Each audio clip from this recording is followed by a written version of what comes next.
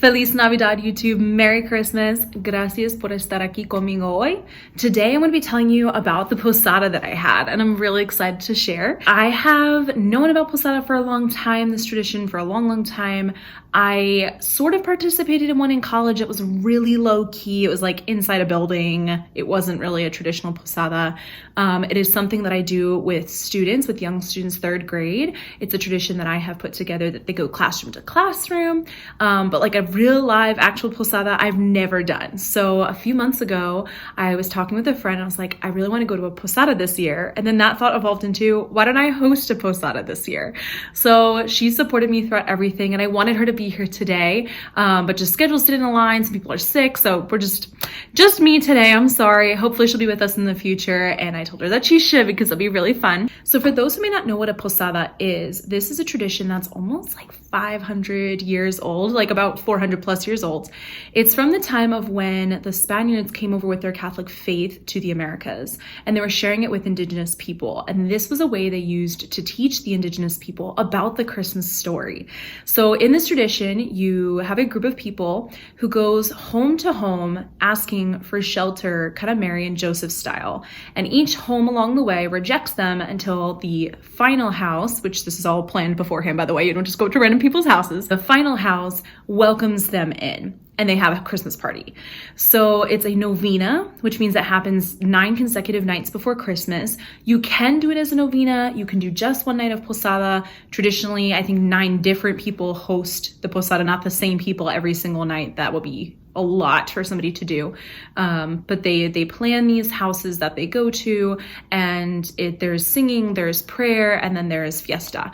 So I really wanted to undertake this tradition, but I kind of didn't know where to start as I had never attended one myself. I called upon my friend Liz, and I was like, girl, I want to have a posada, but you're just gonna have to tell me like what to do, what to serve, what to buy. And she is the biggest blessing, and she boom, the whole thing was done before I could blink. She had people signed up to prepare foods. Her mom was making us piñatas, everything took care of itself. So I kind of just provided the space and coordinated some of the effort, and everyone made the party happen. So I'm gonna walk you through the parts of the posada. I have my laptop right over here, so I'm gonna watch clips and talk about them. I'm not high tech enough to show myself doing all of this at the same time. I'm sure there's a way to do this if I thought about it. But anyway, let's get started. Hi guys, welcome to my first ever posada.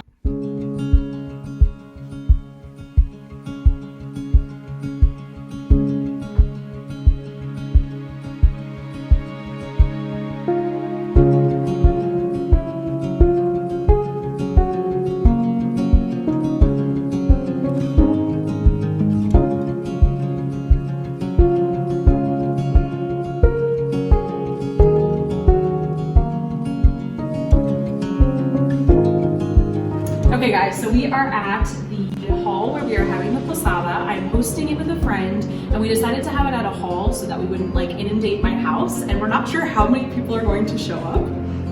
It could be wild, but anyway, we'll walk around and show you the settings for the tables. My friend is on her way with her family and a ton of food, and I'll see what I catch for you throughout the night, and I hope you enjoy.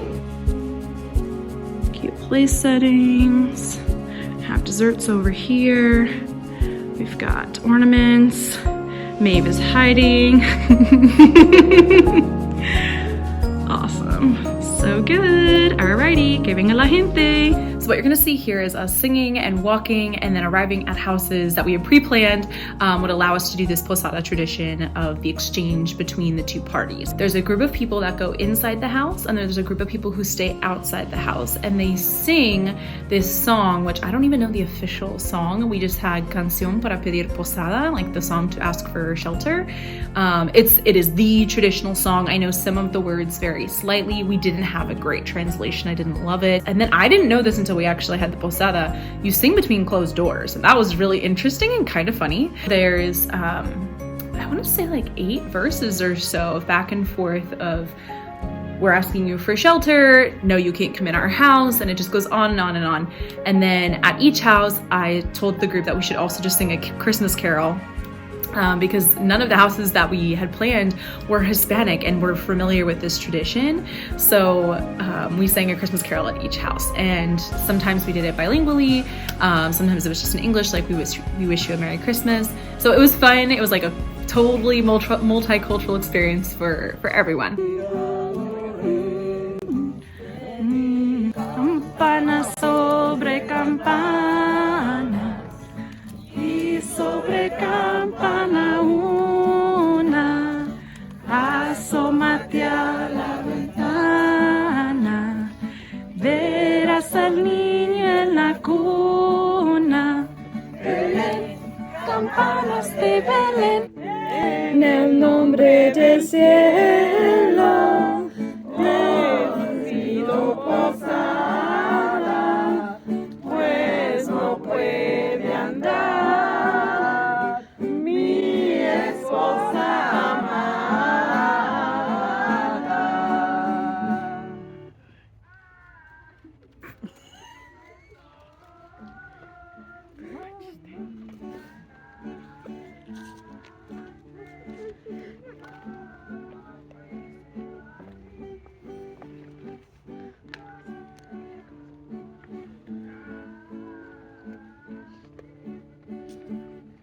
No sean inhumanos, tengan caridad, que el Dios de los cielos se los premiará. You know this one. Hola, mejor sí. Porque ya les dije que no les sé abrir. So we had the hall all set up. Everyone came back. We had so much incredible food. Like, shout out to Liz's family. They're just the most generous, incredible people. And then she had lots of family members and friends bring food as well. So we were serving champurrado, which is a cornmeal-based hot chocolate drink from Mexico. We had, oh my gosh, tostadas de tinga. Her family brought pozole. There was penne vodka. There was chicken parmesan. I had my mom make like little pigs in a blanket hot dogs. Just, I don't know what everybody was into. So we had such an abundance of food. So everyone like sat down, started eating. And then after a while, it was time for the piñata. Piñatas are a Hispanic Christmas tradition, which I think a lot of people don't know, because in the United States, it's a birthday thing. Like if you have a piñata, it's a birthday. But fun facts, the piñata also kind of, the way that's used in Hispanic culture in the Americas at least, did come from the time of the Spanish friars introducing the Christian faith here. So there's this posada tradition and the piñata tradition. These were actually ways to teach people about Christianity. The piñata traditionally for Christmas has 7 points. It's a 7-pointed star to represent the 7 deadly sins. And then you're like whacking the sins, right, fighting against sin. There's candy, a shower of God's grace and mercy, etc., etc. So it was a teaching point. But now, obviously, while it still has those roots, it's also just a really fun tradition that kids look forward to at posada parties. So Liz's mom homemade us 2 piñatas to use at our party. They're gorgeous. Were gorgeous. They're long gone. I was so touched by people's like artistry and ingenuity and generosity towards our event. Like, we received some incredible traditional things that night, and some of those were the piñatas. Everyone gets to take a turn. They were singing the piñata song. That was super fun. And then there was like some dancing. The little kids were like running everywhere, which was crazy and really cute.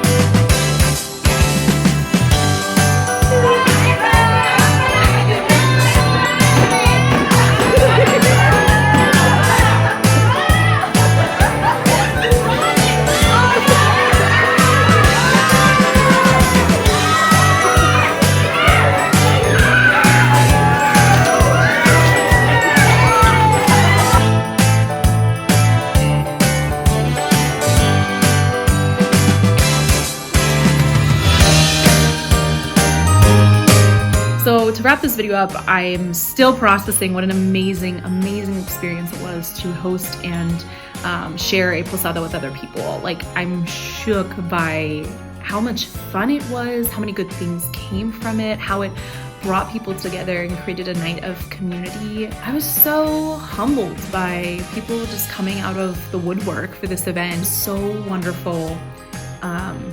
Just providing a space for people to come together and share that. They came with such a joy to share this tradition. We had so many people who it was their first posada, like had never experienced it before, maybe knew what it was, maybe didn't know what it was, and it was their first one.